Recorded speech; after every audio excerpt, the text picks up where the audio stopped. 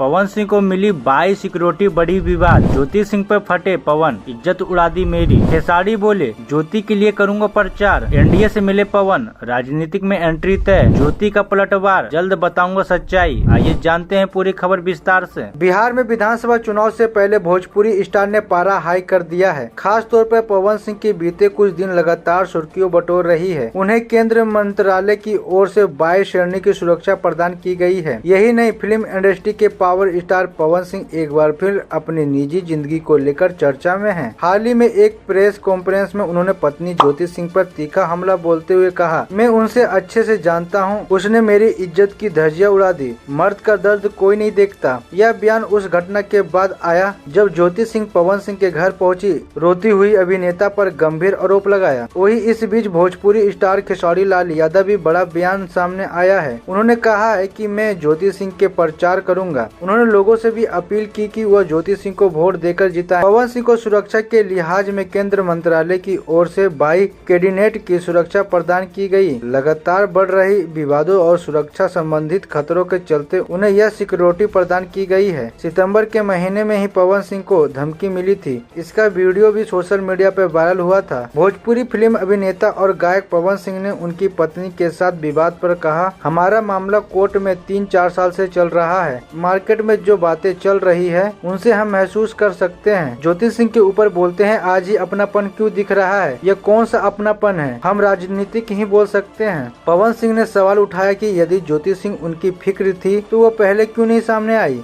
उन्होंने यह भी दावा किया कि ज्योति सिंह बार बार चुनाव लड़वाने की बातें कह रही थी, जबकि राजनीतिक में आना उनका प्राथमिकता नहीं है। पवन सिंह के अनुसार ज्योति सिंह उनके घर पर करीबन 1.5 घंटे तक रही। इसी दौरान घर में पहले से पुलिस मौजूद थी ताकि कोई अनहोनी न हो। राजनीतिक में एंट्री को लेकर क्या बोले पवन सिंह? प्रेस कॉन्फ्रेंस के दौरान पवन सिंह ने यह भी साफा किया कि उन्होंने एनडीए के शीर्ष नेतृत्व से मुलाकात की है। इस मीटिंग में उन्होंने बिहार विधानसभा चुनाव में एनडीए के साथ जुड़ने का प्रस्ताव दिया था। हालांकि उन्होंने यह भी जोड़ा कि फिलहाल सीट को लेकर बीजेपी की ओर से कोई आधिकारिक घोषणा नहीं हुई है। उन्होंने वादा किया कि जल्द ही इस मामले पर जनता को जानकारी देंगे। पवन सिंह के बयान के कुछ ही समय बाद उनकी पत्नी ज्योति सिंह ने भी सोशल मीडिया पर एक वीडियो जारी कर अपना पक्ष रखा। उन्होंने कहा कि वह किसी से डरने वाली नहीं है, बहुत ही जल्द सच्चाई को सामने लाएगी। ज्योति के अनुसार उनका उद्देश्य सिर्फ अपना समान अधिकार पाना है। पवन सिंह ने इंस्टाग्राम पर पोस्ट करते हुए लिखा है, जनता मेरे लिए भगवान है, मैं कभी भी किसी की भावनाओं को ठेस नहीं पहुंचा सकता। उन्होंने यह भी साफ कर दिया कि वो खुद को निर्दोषी मानते हैं। जल्द ही सारी सच्चाई जनता के सामने होंगी।